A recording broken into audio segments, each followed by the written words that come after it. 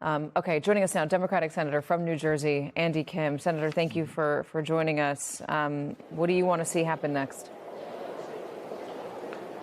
Well, look, first, I just want to say I just saw the video just before I came on here just a couple minutes ago, and it was just unbelievably disturbing. I mean, it's a suburban street, not much different than my home street in New Jersey.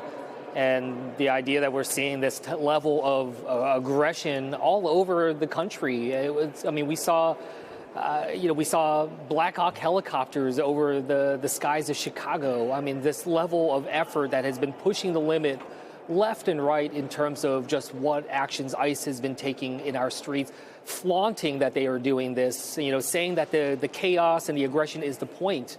And I think that that's all culminating right here. And I'm very worried about what comes next, especially as this White House with Stephen Miller now calling this domestic terrorism, intentionally trying to inflame this situation and make things even worse. That's the kind of action that you see of a reckless White House that is only interested in protecting themselves and is willing to put our communities through hell.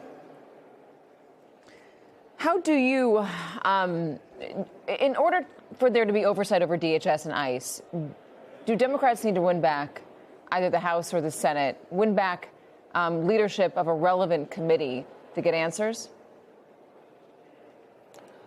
Well, look, absolutely, we want to be able to have all the tools at our disposal. And right now, we have Republican leadership in the Senate and in the House that is just turning a blind eye, just completely abdicating any responsibility.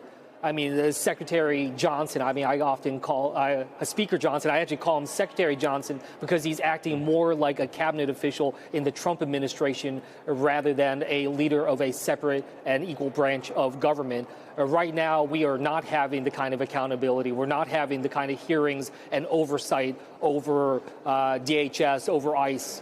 Certainly after this, we should have absolutely public hearings about what happened, make sure that the investigation is coming forward, and understanding the actions not just in Minneapolis, but all over this country. But again, we see congressional leadership on the Republican side continuing to turn a blind eye, not do their jobs, and allowing this type of aggression go forward. And this is exactly why we need to win back the House of Representatives and the Senate this coming November, restore a sense of checks and balances against a lawless White House and regime.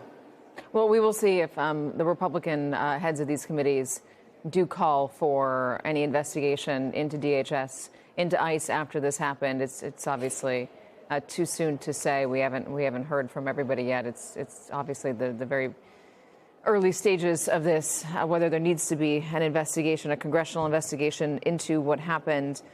The president has surged law enforcement and immigration enforcement into Minnesota because of the fraud investigations, the fraud scandal. What do you think of that? Well, first of all, to go back to your previous point, we have pushed for investigations and oversight, for instance, on some of the other actions that ICE is doing. Like I said, having Black Hawk helicopters over Chicago, and over again, we've seen the congressional Republicans refusing to take that action.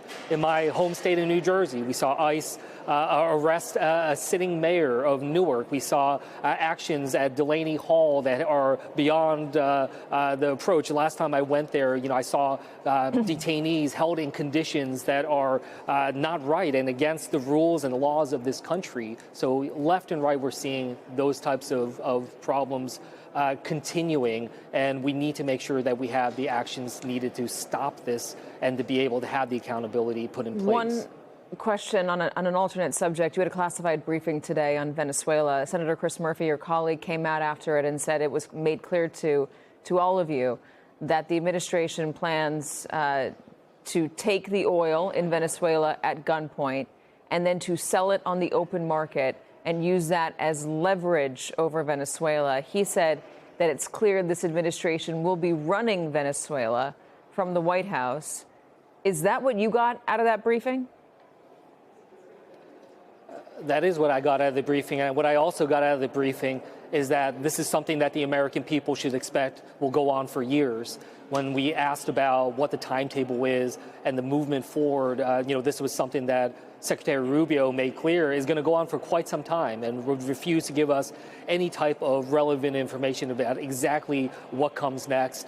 But when we talked about what if the regime in Venezuela does not go along with what the Trump administration is pushing, what are they prepared to do? Are they prepared to take additional strikes, do other types of actions? And we got no answers whatsoever. So I left this briefing much more concerned about what comes next. And I am absolutely certain that the American people do not want what we heard, which is a protracted American presence there, having our military used in this way for years to come. Senator Andy Kim from the great state of New Jersey, thank you very much for joining us.